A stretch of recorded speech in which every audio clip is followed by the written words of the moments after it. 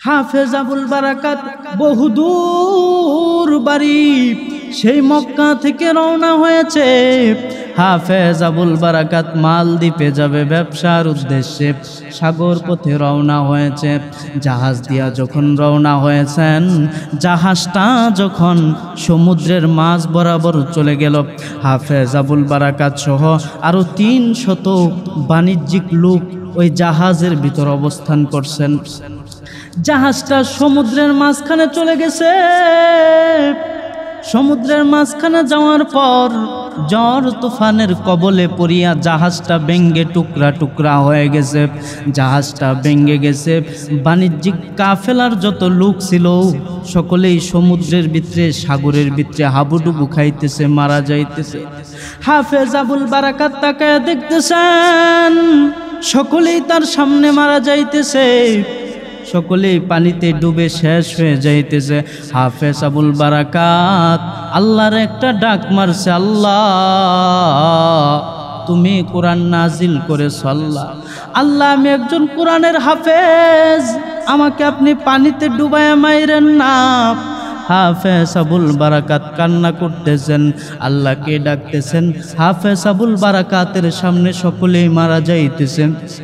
হাফেজ আবুল বারাকাত মালিককে ডাক দিছে, মালিককে ডাক দিয়ে বলতেছে, আল্লাহ আপনি কোরআনের মধ্যে বলছেন ইন্না নাহনু নাজ্জালনাল কুরআনা ওয়া ইন্নাহু লাহাফিজুন। আল্লাহ কোরআন নাজিল করেছেন আপনি, এটা হেফাজত করার জিম্মাদারি আপনার। আল্লাহ আমি একজন কোরআনের হাফেজ, তুমি আমাকে 30 পারা কোরআন মুখস্থ করাইছ।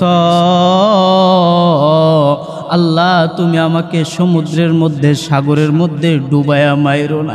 আল্লাহ তুমি আমাকে বাঁচাও, তুমি আমাকে বাঁচাও। হাফেজ আবুল বারাকাত যখন আল্লাহরে ডাক মারছে, মুসলমান গো, যখন আল্লাহকে ডাক মারছে, ডাক দিতে দেরি একটা কাঠের তক্তা হাফেজ আবুল বারাকাতের সামনে আসতে দেরি হয় না। হাফেজ আবুল বারাকাত কাঠের তক্তাটাকে সুন্দর করে, শক্ত করে, মজবুত করে ধরলেন। ধরার পর আল্লাহ পাক সমুদ্রের পানিকে হুকুম দিলেন, ওগো সমুদ্রের পানি সব কিছু তো আমার ইশারায় চলে। এই পৃথিবীতে যা কিছু আছে সব কিছু আমার মালিকের ইশারায় চলে। আমার মালিক যেইভাবে চাই সেইভাবে চলে। আল্লাহ পাক সমুদ্রের পানিকে হুকুম করলেন, সমুদ্রের পানি রে, হাফেজ আবুল বারাকাতকে তুই মারিস না। আমার হাফেজ, সে আমার 30 পারা কোরআন হিফজ করেছে, তাকে মারিস না। আরে সমুদ্রের পানি আল্লাহর হুকুমে চলে, এটা আল্লাহ পাকের খাস রহমত, খাস নিয়ামত। আল্লাহ পাক আমাদেরকে কত ভালোবাসেন, কত করুণা করেন, কত ভালোবাসেন আল্লাহ পাক। এজন্য আমি বলতে চাই, একটা সঙ্গীত হিসাবে আমি বলতে চাই, আমার মাঝে আমি ভেবে দেখেছি, তোমার করুণা খুঁজে পেয়েছি। আমার মাঝে আমি ভেবে দেখেছি, তোমার করুণা খুঁজে পেয়েছি। তুমি দয়ার সাগর, তুমি মায়ার নহর, তুমি দয়ার সাগর, তুমি মায়ার নহর, তাই তোমার পথে সদা চলেছি। আমার মাঝে আমি ভেবে দেখেছি, তোমার করুণা খুঁজে পেয়েছি। আল্লাহু আকবার। মুসলমান ভাইরা রে আমার, যেই মাত্র হাফেজ আবুল বারাকাত আল্লাহরে ডাক মারছে, আল্লাহ তুমি আমাকে সাগরে ডুবায়া মাইরো। কাঠের তক্তা হাফেজ আবুল বারাকাতের সামনে বাসতেছে। হাফেজ আবুল বারাকাত তক্তাটাকে শক্ত করিয়া ধরলেন। আল্লাহ পাক পানিকে হুকুম করলেন, পানি রে, আমার আবুল বারাকাতকে তুই আসার দিয়া মারিস না। আমার আবুল বারাকাতকে তুই সাগরের কিনারায় পৌঁছায়া দে। হাফেজ আবুল বারাকাত তক্তাটাকে ধরার পর পানির ঢেউয়ে ঢেউয়ে হাফেজ আবুল বারাকাত মালদ্বীপের কিনারে চলে গেলেন। মুসলমান ভাইয়েরা আমার, গভীর মনোযোগ। যখন মালদ্বীপের কিনারে চলে গেলেন, সমুদ্র থেকে উপরে উঠলেন। ওঠার পর তাকায় দেখে আশপাশে কোনো বাড়িঘর নাই, লোকালয় নাই, দেখে বড় বড় জঙ্গল দেখা যাইতেছে। কিছুটা সামনে অগ্রসর হওয়ার পর হাফেজ আবুল বারাকাত তিনি তাকাইয়া দেখতেছেন কিছু মন্দির দেখা যাইতেছে, অনেকগুলো মন্দির। হাফেজ আবুল বারাকাত বুঝে ফেললেন এখানে তো কোনো মুসলমানের বাড়ি নাই, কোনো মুসলমানের ঘর নাই, সকলেই দেখা যায় শত্রু, বন্ধু হিসাবে কেউ নাই। হাফেজ আবুল বারাকাত তিনি ঘর খুঁজতেছেন, বাড়ি খুঁজতেছেন। হঠাৎ করে তাকায় দেখতেছেন জঙ্গলের ভিতরে একটা ঘর দেখা যাইতেছে। হাফেজ আবুল বারাকাত ওই ঘরের সামনে গেলেন, গিয়া ডাক দিলেন, মাগো কে আসো, একটু দরজাটা খুলবানি মা।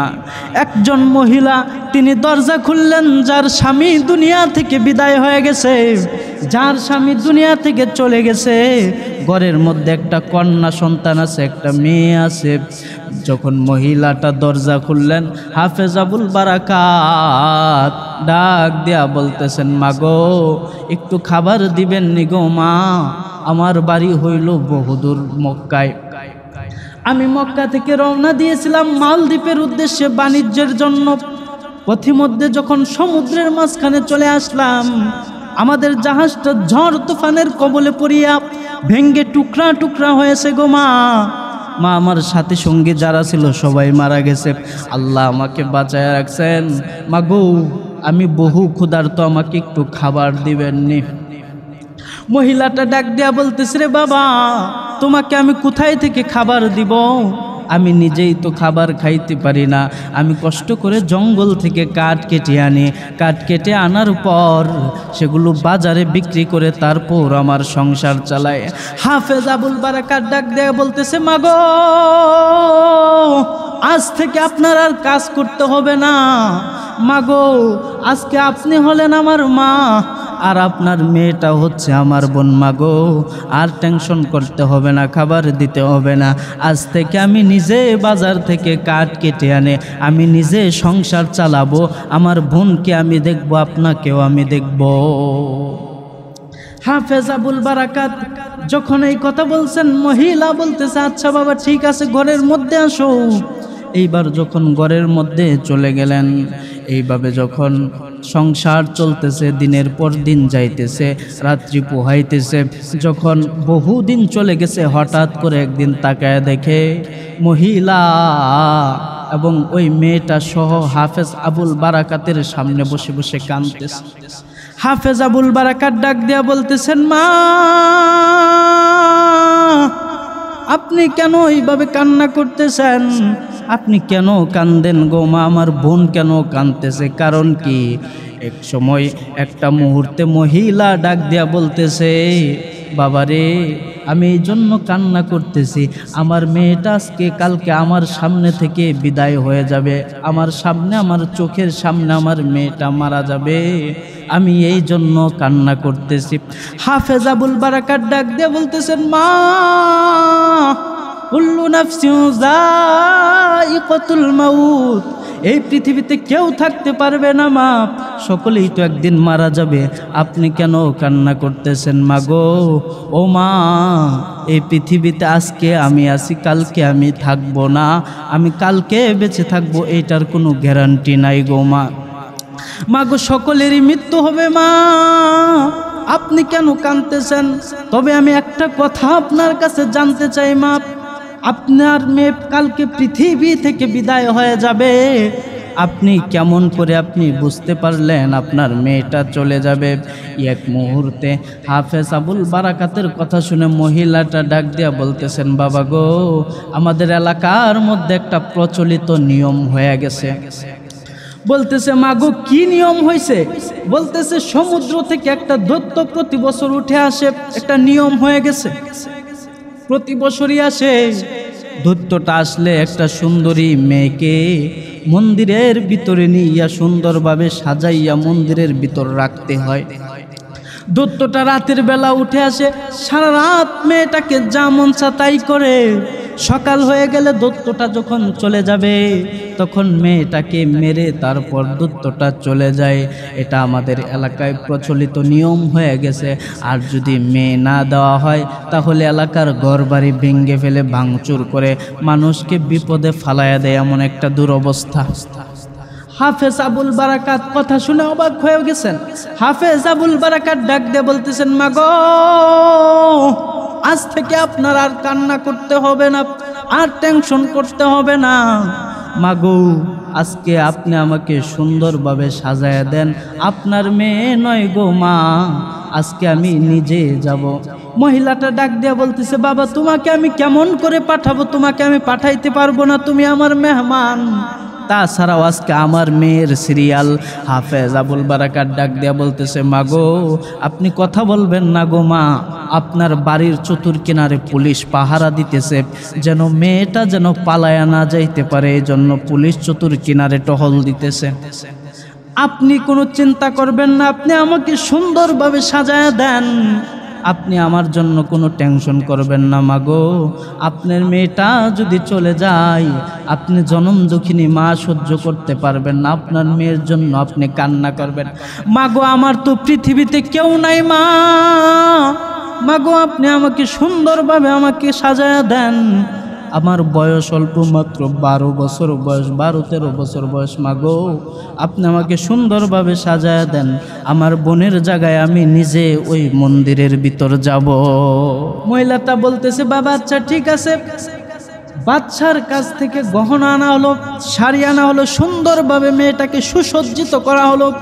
সুসজ্জিত করার পর ঘুমটা দিয়া মেয়েটাকে মেয়ের মতো সাজাইয়া ঘুমটা দিয়া ওই হাফেজ আবুল বারাকাতকে মন্দিরের ভিতরে নেওয়া হলো।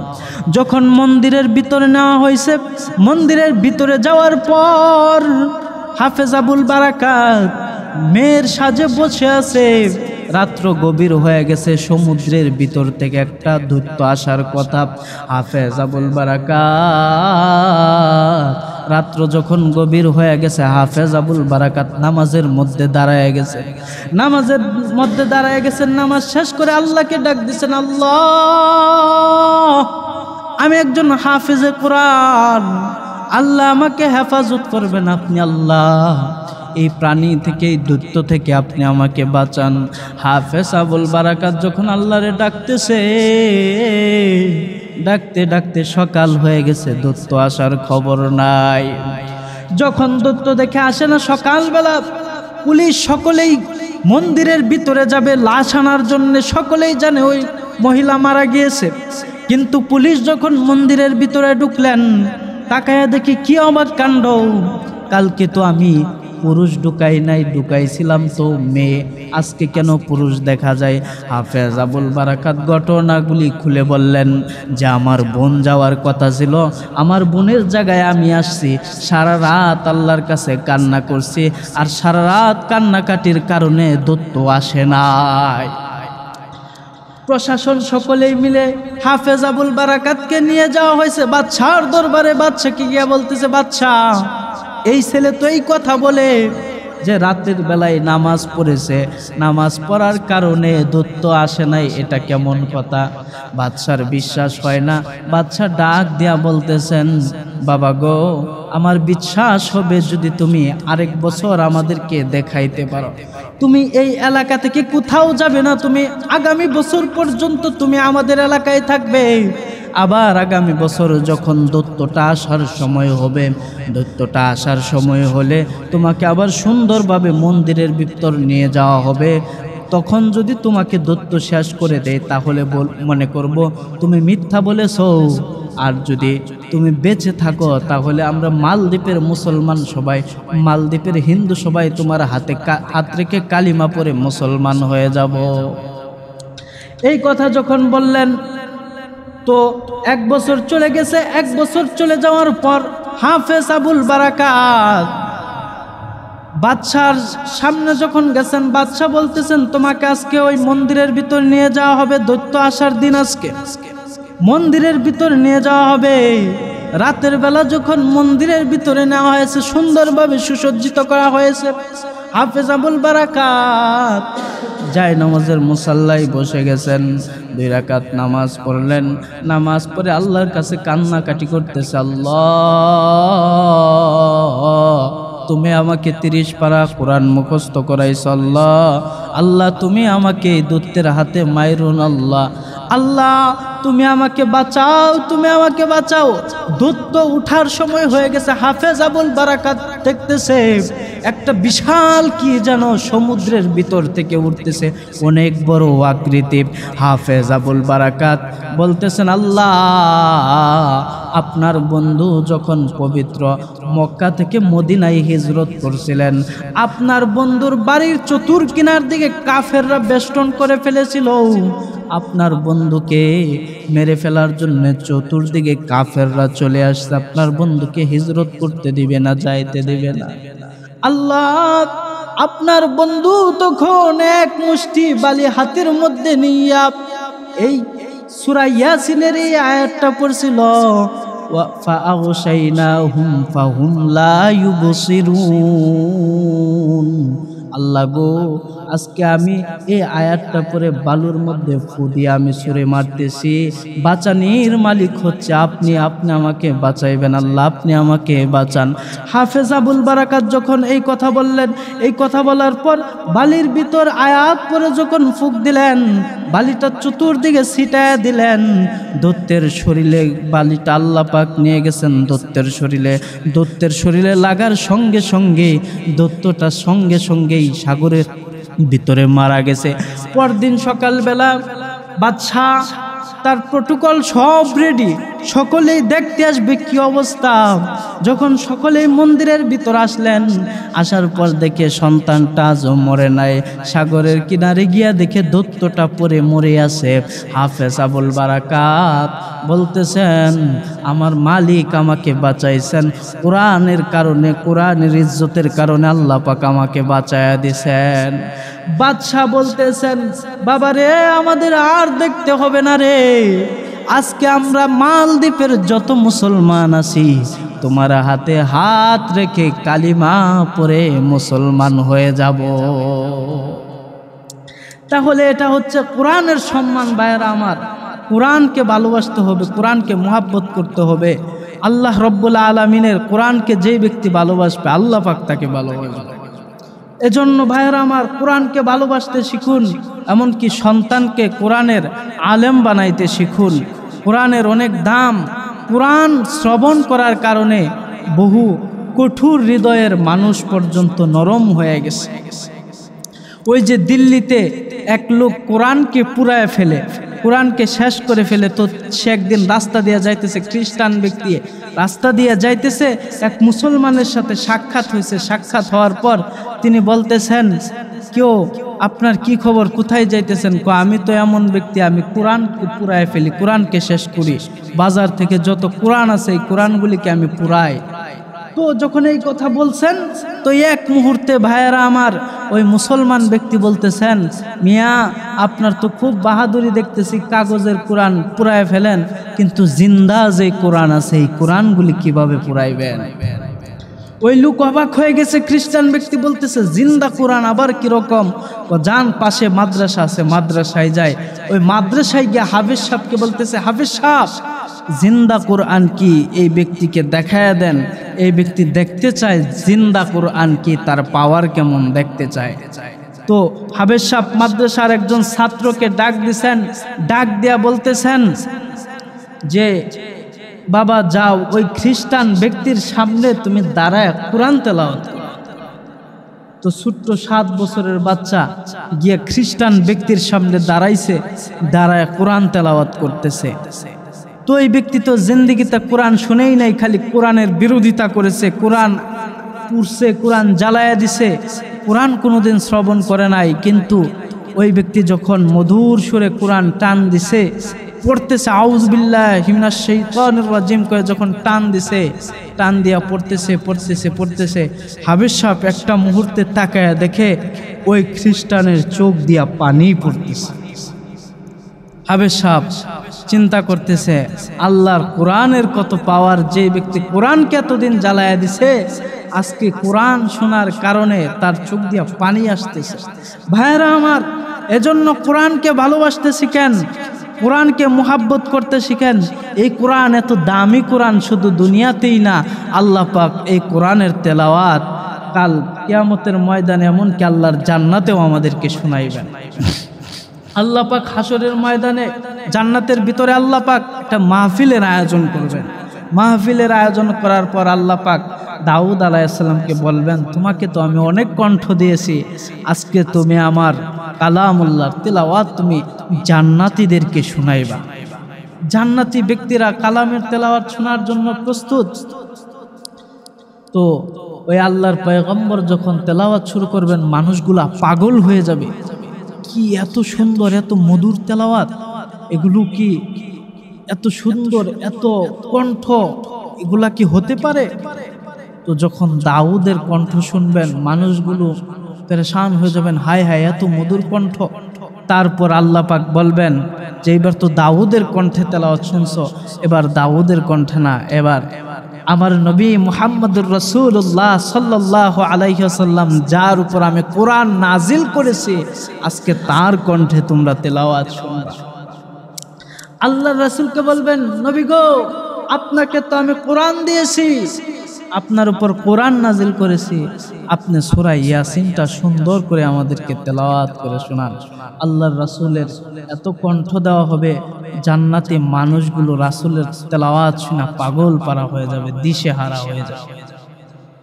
আল্লাহর রাসূলের তেলাওয়াত শুনে আল্লাহ পাক বলবেন, হে জান্নাতের মানুষেরা, তোমরা কি এর চেয়ে আরো মধুর কণ্ঠের তেলাওয়াত শুনবে? জান্নাতি ব্যক্তিরা পাগল পারা হয়ে যাবে, বলবে আল্লাহ কি বলেন, এর চেয়েও কি মধুর তেলাওয়াত আছে? সেই দিন বাইরা আমার আল্লাহ পাক ডেকে বলবেন, ওগো জান্নাতের মানুষেরা, দুনিয়াতে তো কত কণ্ঠের তেলাওয়াত শুনেছো, আব্দুল বাসেত আব্দুর রহমানের তেলাওয়াত শুনেছো, শুনে পাগল পারা হয়ে গেছো, শুনে পাগল পারা হয়ে গেছো। লক্ষ লক্ষ মানুষ কোরআনের তেলাওয়াত শুনে মুসলমান হয়ে গেছে, কোরআনের তেলাওয়াত শুনে পাগল পারা হয়ে গেছে। আমি নিজে তোমাদেরকে তেলাওয়াত করে শোনাবো। তোমরা তো জান্নাতের মধ্যে আমার তেলাওয়াত শুনবে, দুনিয়াতে তো আমার তেলাওয়াত শুনো নাই, আজকে আমি নিজে তোমাদেরকে তেলাওয়াত করে শোনাবো। তোমরা দুনিয়াতে আব্দুল বাসেত আব্দুর রহমান ওদের তেলাওয়াত শুনে তোমরা পাগল হয়ে যাইতে। ওই যে একবার একটা কনফারেন্স হয়েছিল, কোরআনের প্রতিযোগিতা, কোরআন বিভিন্ন ধর্মের বিভিন্ন কিতাবের প্রতিযোগিতা। তো মনে করেন হিন্দুদেরকে সময় দেওয়া হয়েছে, খ্রিস্টান বৌদ্ধ সবাইকে কিতাব পড়ার জন্য, ওদের কিতাব পড়া পাঠ করে শোনাবে কার কিতাব কার বই পড়তে কত মজা। সবাইকে সময় দেওয়া হয়েছে, শেষ মেশে কোরআনের জন্য মাত্র 5 থেকে 10 মিনিট সময় দেওয়া হয়েছে, যে 10 মিনিটে কোরআন তেলাওয়াত করে শোনাবে। তো কোরআন তেলাওয়াত করে শোনাবে আমাদেরকে, আমাদের মুসলমানদের পক্ষ থেকে কে যাবে? আমাদের মুসলমানদের পক্ষ থেকে গেছিল কারি আব্দুল বাসেত রহমতুল্লাহি আলাইহি।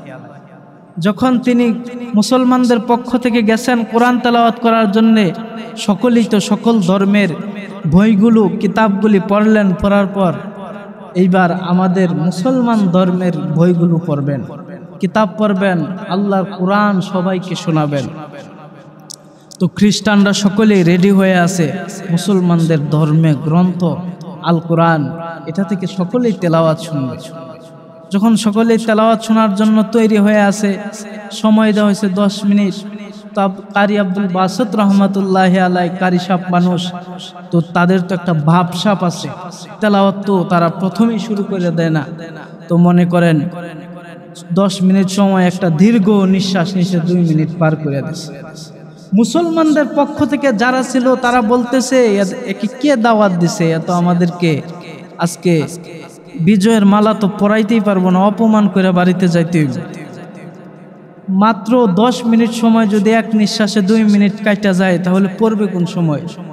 একটা জোরে নিঃশ্বাস নিয়ে একটা হা করছে, হা কইরা আরো 1 মিনিট কাটাইয়া দিছে।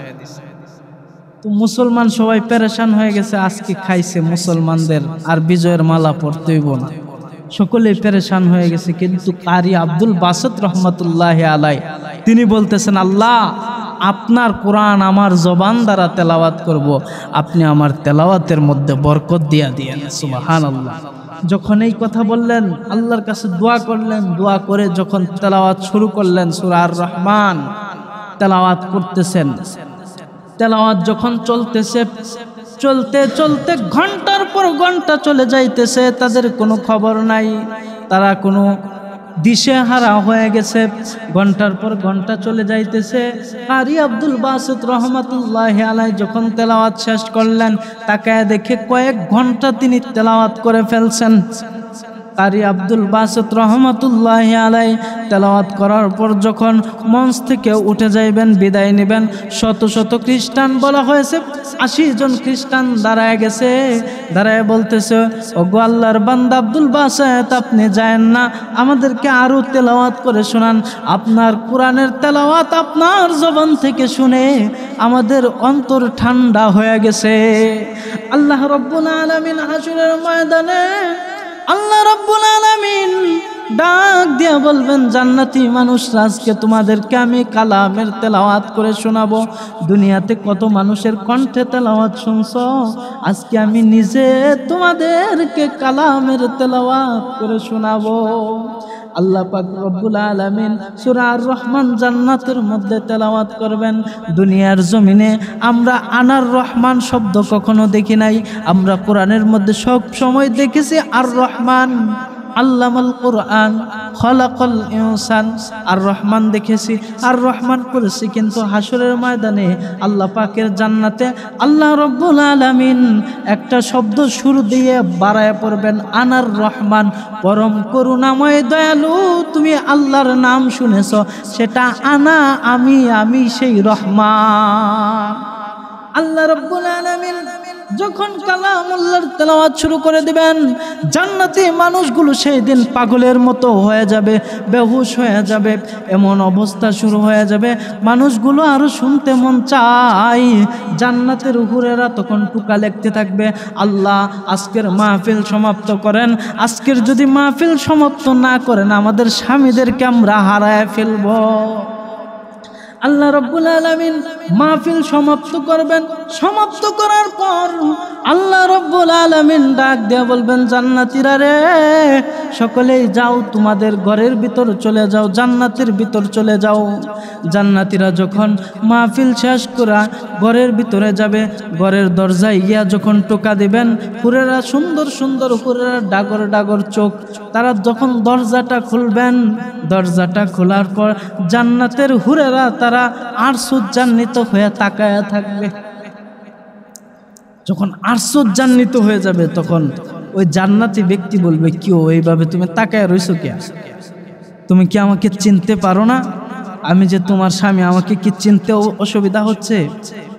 এই কথা যখন বলবেন জান্নাতি ব্যক্তি, তখন এত সুন্দর দেখা যাবে, হুরেরা পর্যন্ত বলবেন যে আপনাকে আমরা চিনতে পারছি না, আপনাকে চিনতে আমাদের অসুবিধা হচ্ছে, আপনি আগে যা সুন্দর ছিলেন, আল্লাহ কোরআনের মাহফিলে অংশগ্রহণ করার কারণে আল্লাহর নূরের তাজাল্লি ডাইরেক্ট তোমাদের উপর পড়েছে, যার কারণে আগে যত সুন্দর ছিলা, এখন আল্লাহ রব্বুল আলামিন তোমাদেরকে আগের চেয়ে আরো সুন্দর করে ফেলছেন। সুবহানাল্লাহি ওয়া বিহামদিহি, সুবহানাল্লাহ।